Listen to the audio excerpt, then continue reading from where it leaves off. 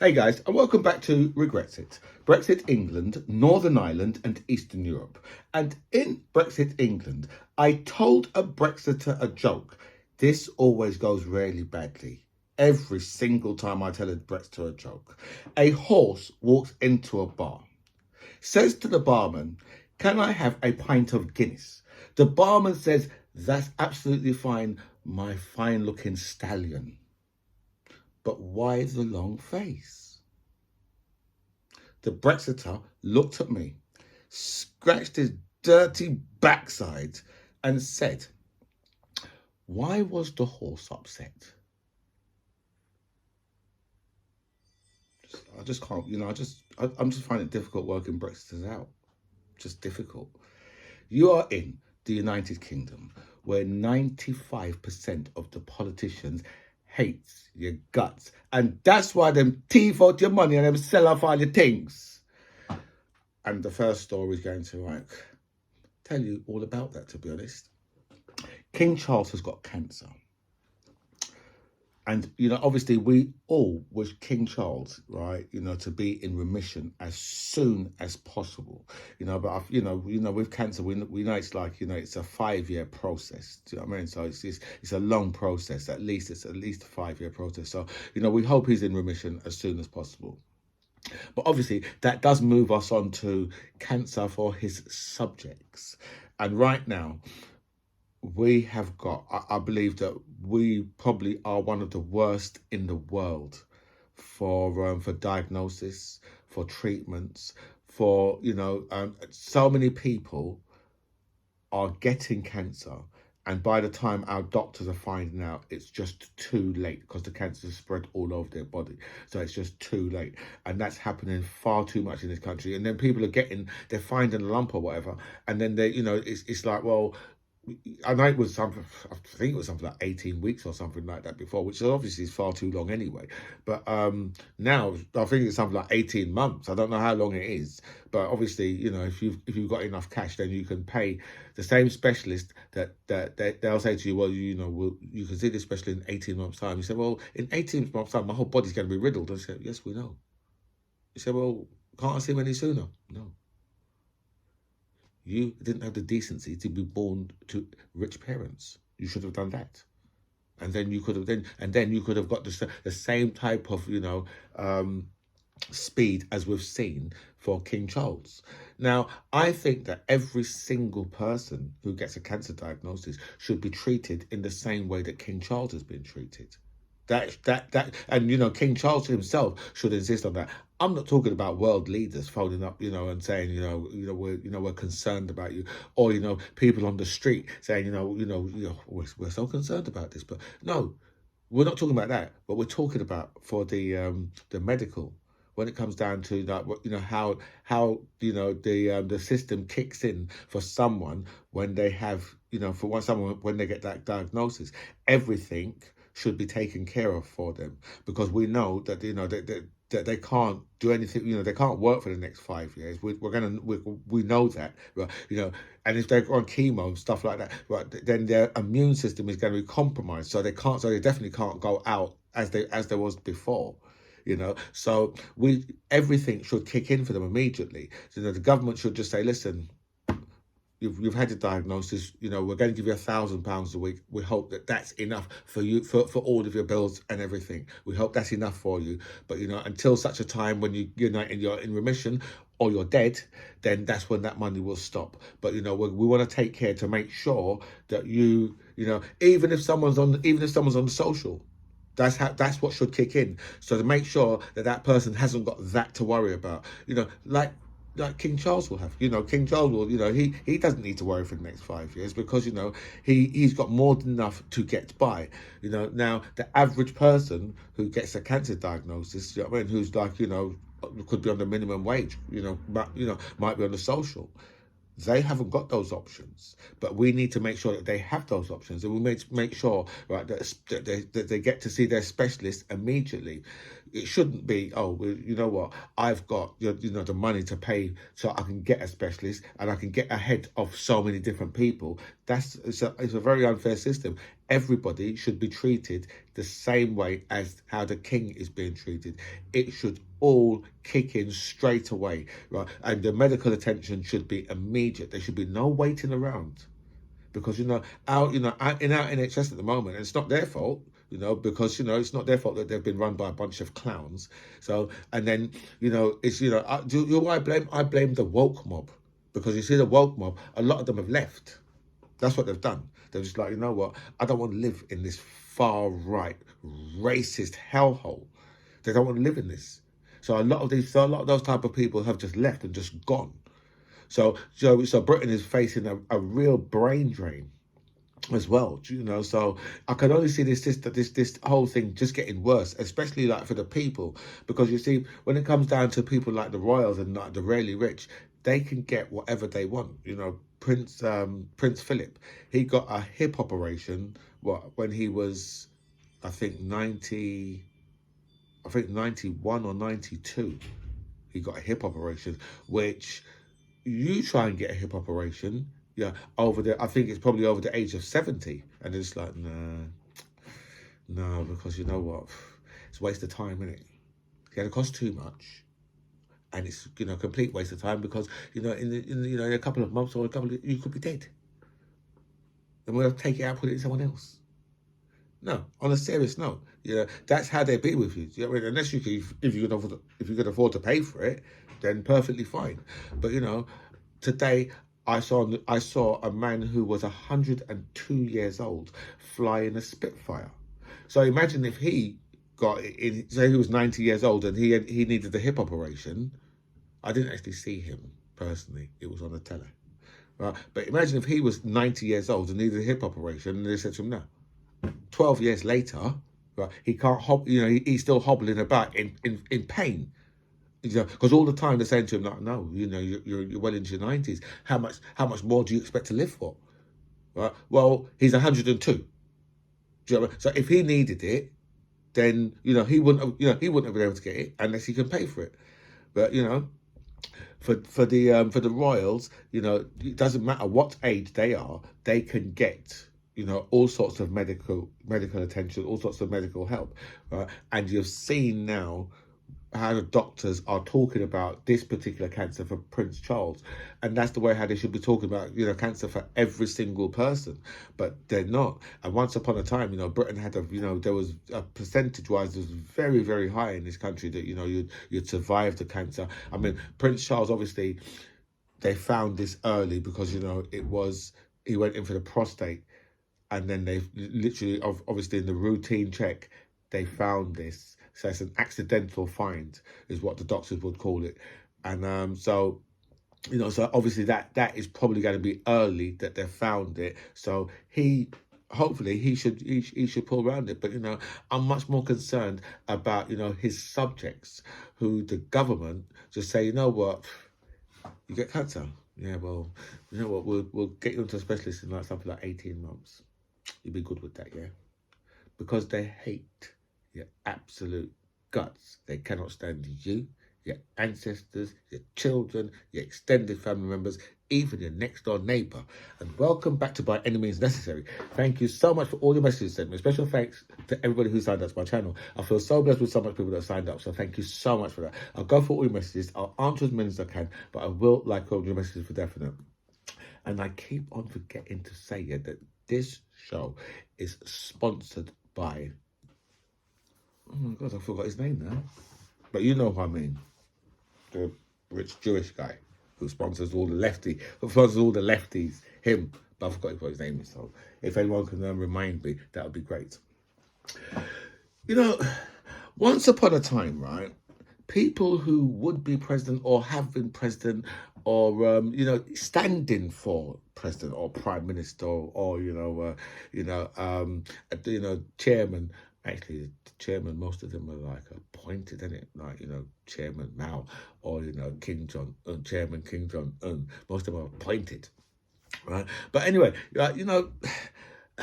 and these people was were they sheikhs or kings or queens or, royalty or, serious politicians. I mean, big politicians from the past, right? And then you look now and you think, You've got Donald Trump says, do you think he looks like Elvis?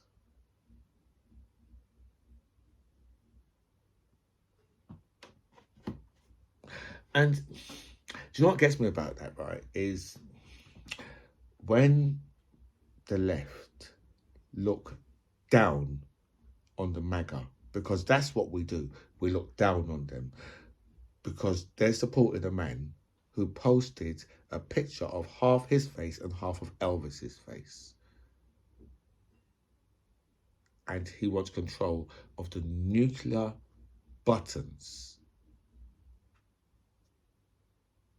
And he's posting pictures of his face fused half and half with the face of one of the greatest singers ever.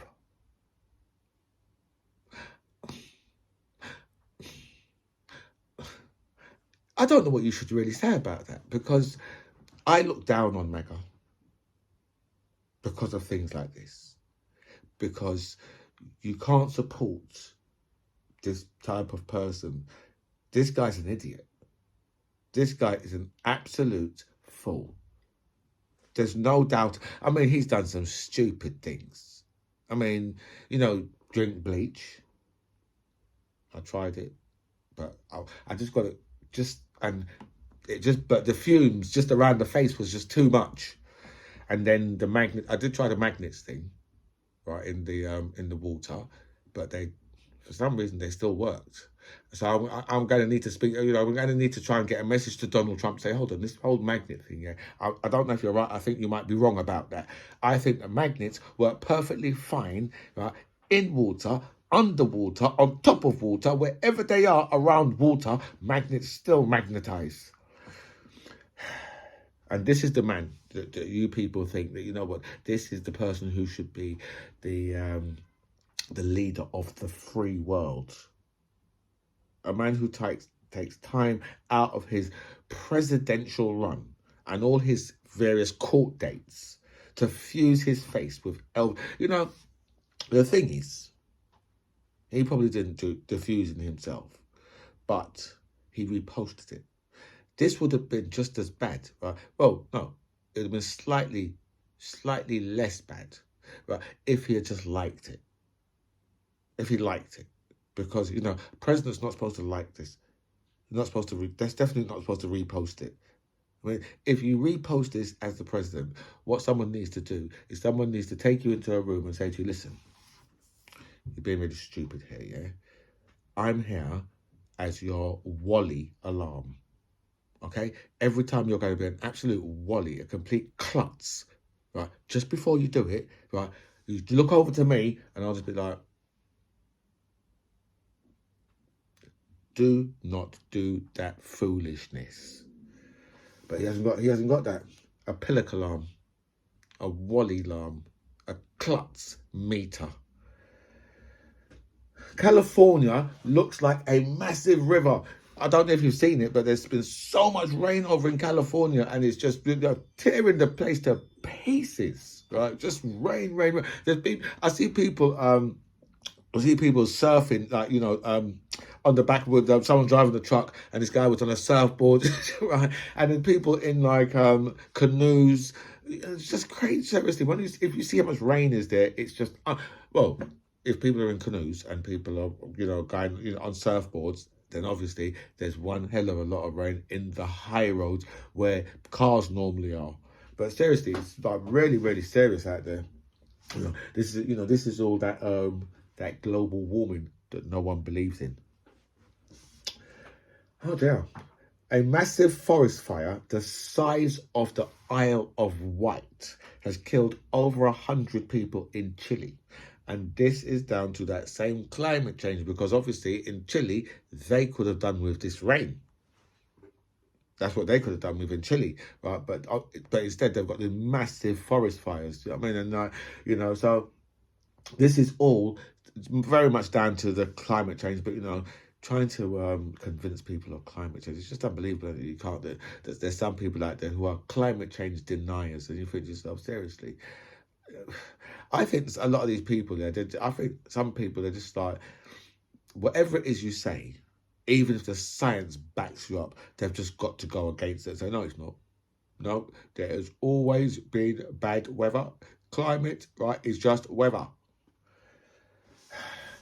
Taylor Swift wins her 4th album Grammy. I know she was presented it by Celine Dion. Celine Dion, yeah, I believe Celine Dion. And you know, Celine Dion looked like she looked like she was stuck in a piece of lemon. And I'm talking about a real bitter piece of the piece of like a segment, right, of the most bitter lemon that you could find. Right? That's what Celine Dion looked like she was sucking when she was giving all this Grammy, right, to Taylor Swift.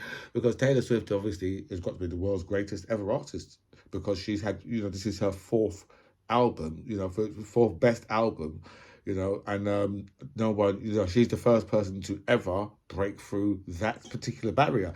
And, you know, she's very young, so I can see her probably doing another, maybe she might do another 2 or 3. Right, so that's going to push it right up. So, I mean, the next person who comes along that breaks that will have to be, ooh, you know, have to be, oof. So, you know, but, you know, so, yeah, so Taylor, congratulations to Taylor Swift, but not that she needs my congratulations. The rapper Killer Mike was escorted out of the Grammy Awards after winning, I think, 2 or 3 Grammys he won. That's escorted out by the police. Because if your name is Killer Mike, yeah, then you have to get up to some type of badness backstage, right? And someone has to be brutalized, right, at your hands. Right? So for some reason, he's kicked off and he had a fight backstage. I don't even know the ins and outs, because that's all they said. That, you know, there was an incident backstage, and he's a big guy, Killer Mike. Right? So I can only imagine that he's probably larried someone backstage, and the police has been called, and then his ass has had to be taken out of there. But one thing this is going to do, yeah, is going to do wonders for his career. Absolutely. It's gonna probably turn him into a worldwide star, because he's not really a worldwide star, Killer Mike. He's a star in America, but he's not really worldwide as, like, obviously, like, you know, the much bigger the artist that we all know from America. But but he's now, that is going to do him really, really well. Because listen, I've seen this before, right, in the music that I work in. One rave we was doing, right, the police come, right, and armed police, by the way. And this is like, this was what, must be 3 o'clock in the morning, and this rave was packed. And armed police come, closed off all the roads and everything, right, and come and took one of the guys off stage. But from then on that, right, his career in the world of drum and bass really just took off. He just really just took off, right? And he's not even that good, but his career just really, really took off. Do you know what I mean? So he was quite lucky in that respect. UK children, little toddlers, our littlest children, right, are 14% more likely to die than any other children in the world. And that's obviously developed nations with all, right? And that's shocking. That is quite disgusting, that we have allowed our systems to break down so much that they are judging and saying, well, you know something, yeah, your children are the most likely to die, 14% the most likely to die across the world, right, in all developed nations. Because we've allowed too many of these vax deniers, anti-vaxxers, not vaccinating children for with the MMR to make sure that they don't carry we've got little children going into hospital for tooth decay and having to have operations. And then there's obviously there's their diet. We're quick. In this country they're quick to say, oh, you know what, no, we don't want to. Take away, bring back milk and fruit and whatever else that take away from, and then you've got teachers having to bring in toilet roll for because the school can't provide these things, and there's so much, and obviously there are a lot of them who have just gone through the pandemic. Well, not so much the toddlers. But a lot of the kids have just gone through the pandemic and all that, which has really played with a lot of their their emotions, their mental health. So it's no wonder, but with the governments that we've had, who are just completely useless, incompetent morons. That's the reason why our children 14% more likely to die than any other kids in the developed nations. That should make everybody stand up and want to answer and find out why the hell that's going on. A grandmother has been killed by 2 XL bullies in Jaywick in Clapton. And 2, I don't know why people, see, look, I'm a dog lover. Right, and I probably could have an XL bully myself and not really, and not really believe that anybody else is in danger. But the truth is, these dogs, they're like, they're like lions. Right? They're just like, could you imagine like a tamed lion? That's what these things are, right? Because a tamed lion one day will eat the lion keeper if the lion keeper does something wrong. And the lion, do you know what I mean, takes offence to whatever, and he could know that the lion could know that lion keeper for however long, and still kill them because something.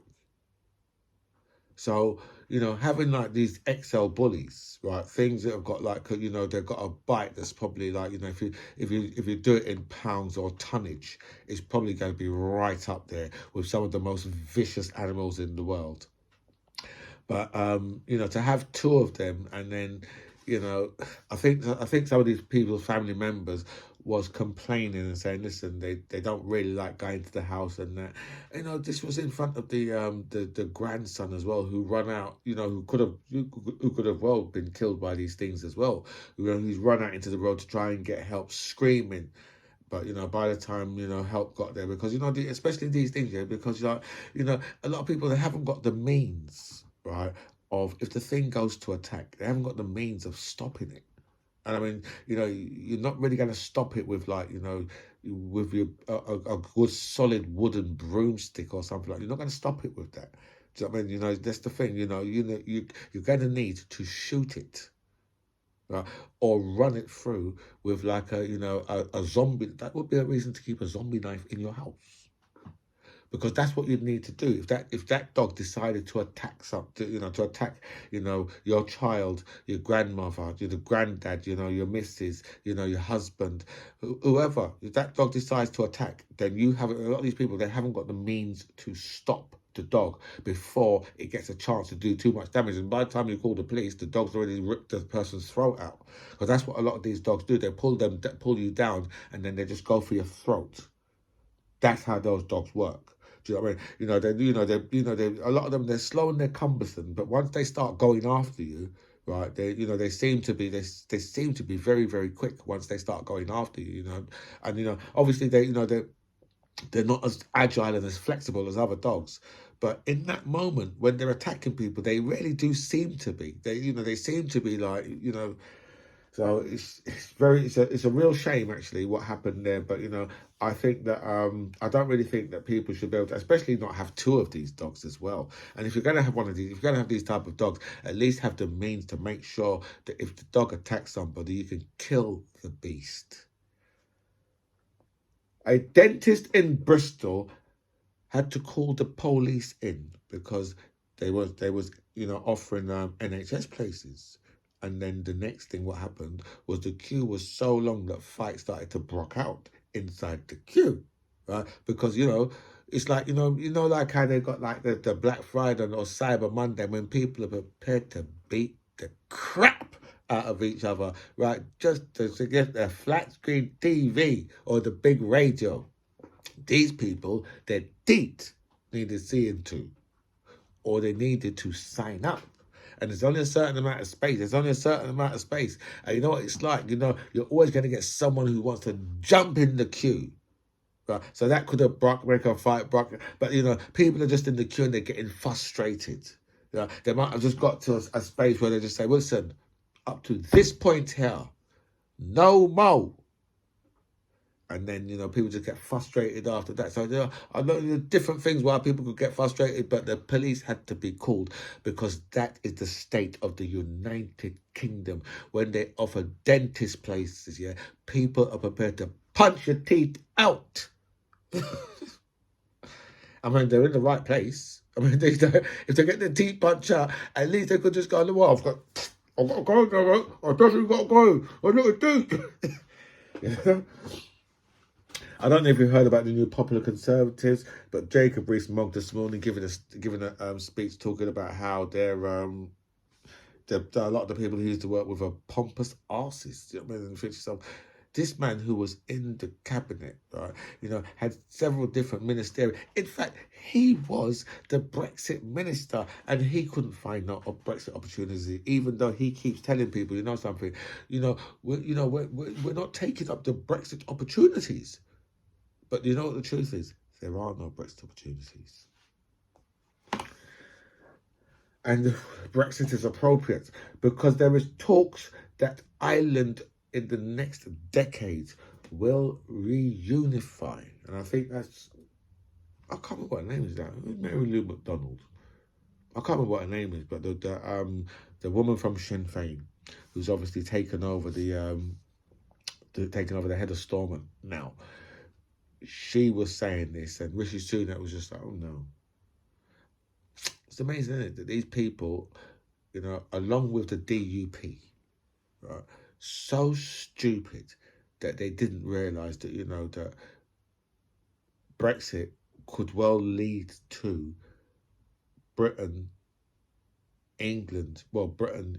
losing Northern Ireland and it reunifying, which, I'm not going to comment on that because, obviously I like the Irish and obviously I prefer them to stay part of the United Kingdom. But if I was Irish or Scottish, I'd be like, we need to get away from them people because they are filth.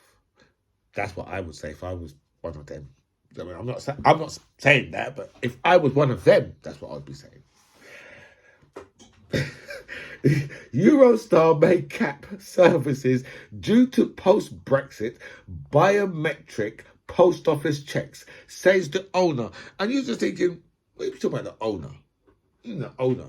The owner. That's what the owner says. And you think, well, hold on, the British government should be the owner.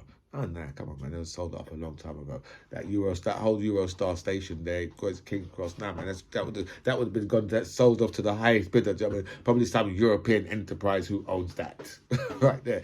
But fabulous places like that within the United Kingdom should only be owned by our government. I mean, look, we've got BP, British Petroleum, right? Who this country sold for what, 7, 8, 9 billion, right? And now it's worth over 10 times that.